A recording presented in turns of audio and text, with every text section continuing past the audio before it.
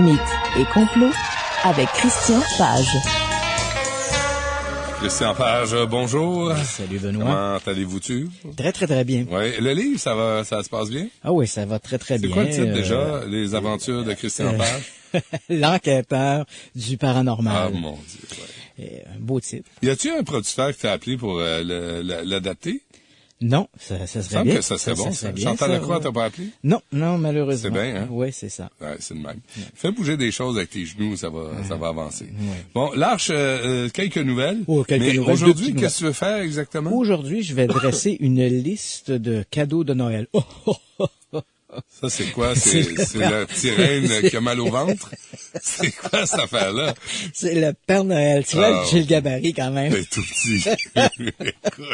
Écoute, ça va te prendre un 200 J'aurais pensé de livres. mettre une tuque avec une barbe blanche. Hey, là. fais-toi Ça aurait plaisir. été beau, mais bon, il n'y a pas de caméra. Ça aurait pu amuser les auditeurs. Ouais, ou leur faire peur. Ouais. Alors, ça, c'est tantôt à 2h30. Mais tout d'abord, il y a deux nouvelles quand même. Deux petites nouvelles cette semaine. insolites. Oui, absolument, puisqu'on va d'ailleurs en parler un peu dans la deuxième partie de l'émission. Mais aujourd'hui, la première nouvelle concerne une relique sainte, l'Arche d'Alliance de Moïse. Est-ce que tu sais de quoi on parle ici?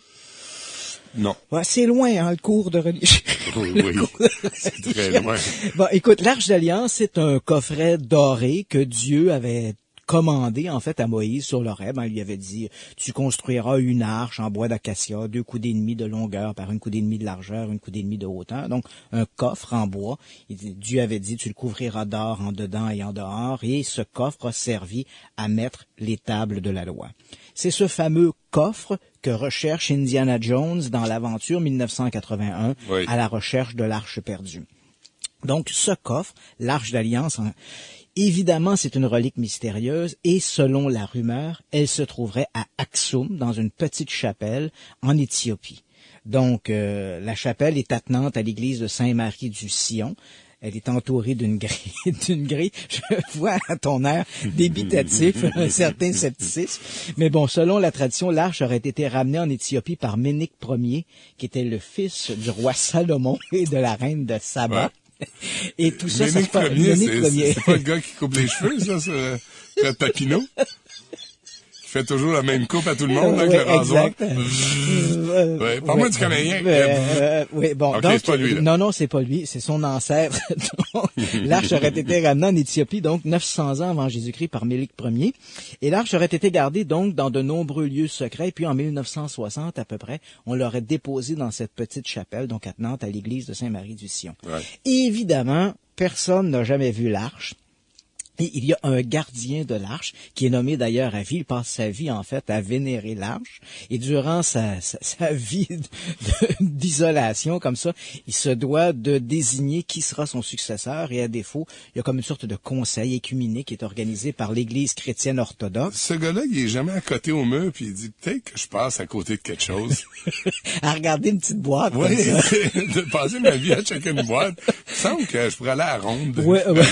Aller manger chez les Chinois. Oui, exact. Mais quoi qu'il en soit, là, évidemment, on parle de tout ça, c'est assez amusant. Mais là, revenons à des préoccupations plus terre à terre, Oui. puisque personne n'a jamais vu l'arche. Non. Mais voilà, nous allons peut-être la voir. Ah bon? Parce que le toit de la chapelle fuit. Ah bon?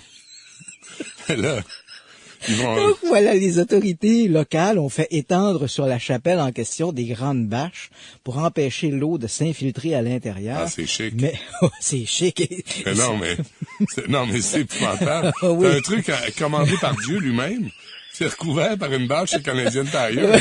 C'est fait mieux que ça. Les belles bâches bleues. Ben là, oui, donc, avec des ronds en métal. Ah oui, absolument, t'achètes des cordages. Et là, donc, on a étendu ces bâches pour empêcher l'eau de s'infiltrer dans la chapelle, mais Oui. finalement, c'est la mousson.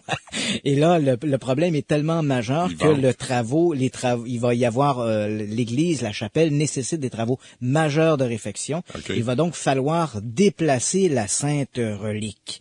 Et évidemment, la sainte relique, on ne peut pas la déplacer seule. Hein. Dieu avait dit à Moïse, il y aura des gardiens et il y aura en fait des porteurs. On parle de 4 à 6 porteurs pour déplacer l'arche. Alors actuellement, au moment où on se parle, les autorités orthodoxes chrétiennes d'Éthiopie sont à construire une petite chapelle attenante qui sera une chapelle temporaire dans laquelle ils vont apparemment déposer l'arche. Inutile de dire que cette petite chapelle devrait être terminée dans 3 mois. Donc, pendant 3 mois, les bâches devront faire office de parapluie. Et dans 3 mois, on va déplacer l'arche et évidemment, on se donne tous rendez-vous pour voir qu'est-ce qu'on va sortir de cette fameuse chapelle. Aura-t-on enfin l'occasion de voir cette mystérieuse arche de Moïse. Encore le placement syndical de la FTQ qui retarde les travaux, hein? C'est encore du niaisage en Éthiopie. Donc voilà. Donc ça, c'était pour l'Arche d'Alliance. Merci. Et bon, je sais pas si Indiana Jones sera là. Ben, je sais pas. Je pense pas que ça l'intéresse vraiment. Non, En passant, Christian, oui. Il n'existe pas, c'est un personnage. Ah, lui aussi. Oui. Gouvernement allemand qui va en appel, pourquoi? Ben oui, la semaine dernière, tu sais, je t'ai annoncé que le tribunal de Berlin, le tribunal administratif de Berlin, avait ordonné au gouvernement allemand de rendre publique une étude sur les ovnis, étude jusqu'à maintenant gardée secrète. En fait, cette étude avait été réalisée par le service de recherche du département des sciences du Bundestag. Oh, Bundestag. Du Bundestag.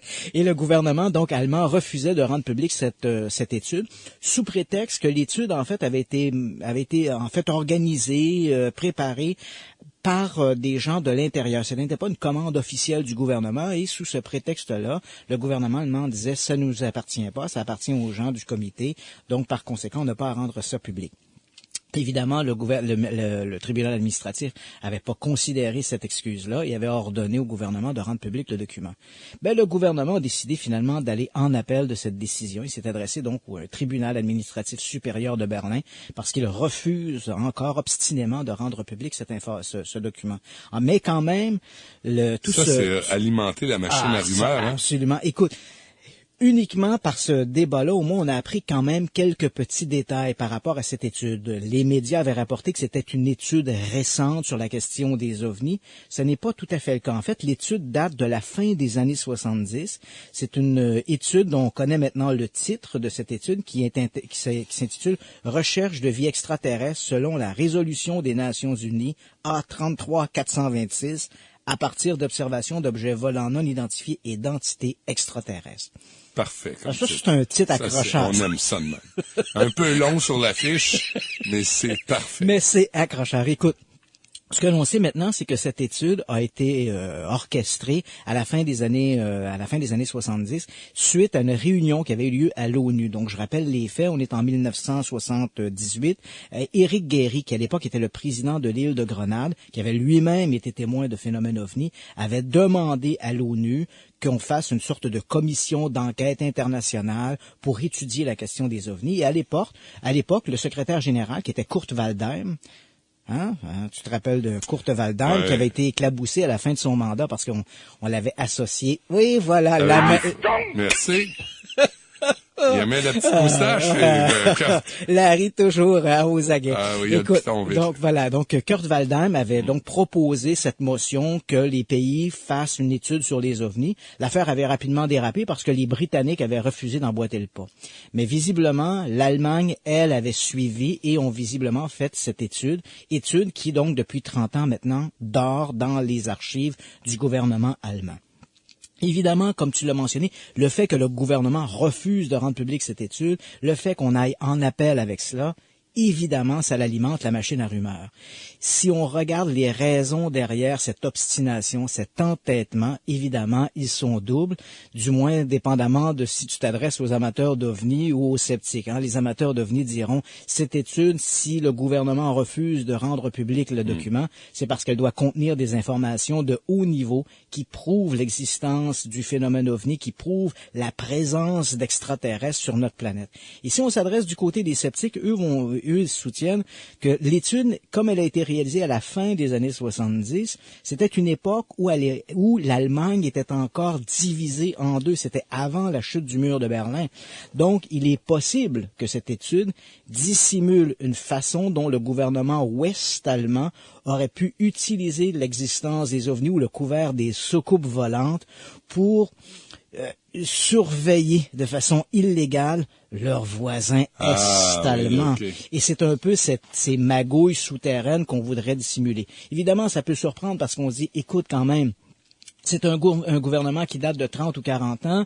S'il y avait des gestes, des malversations, ce serait pas le gouvernement actuel qui vivrait avec l'odieux du geste. Ouais. Mais quand même, c'est vrai que c'est une raison qui fait tout à fait sens. Très bien. On s'arrête un moment. On est avec Christian Page et après la pause, il va vous proposer sa liste de suggestions de cadeaux. Oui. Ça, c'est cute. Ouais, On revient tout de suite après.